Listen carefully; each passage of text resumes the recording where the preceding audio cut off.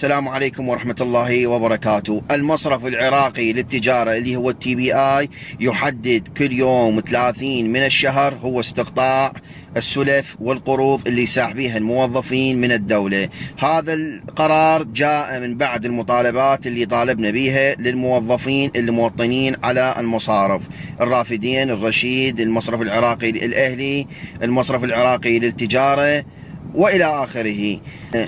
لكن اكو موضوع جدا مهم: انت راتبك ينزل قبل يوم 30 بالشهر، هنا الراتب راح تستلمه كامل.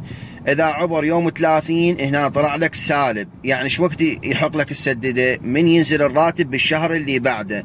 اذا بالشهر اللي بعده ما نزل عندك الراتب عبر يوم 30، صارت ازمة مالية على سبيل المثال، هنا صار الاستقطاع في 2.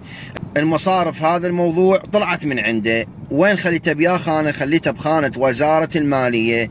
الراتب يكون ينزل بموعده قبل 30 بالشهر، حتى الاستقطاع يكون شهر واحد. إذا عبر 30 راح يصير الاستقطاع في 2. يعني الموضوع وين صار؟ يم وزارة المالية. والسلام عليكم ورحمة الله وبركاته.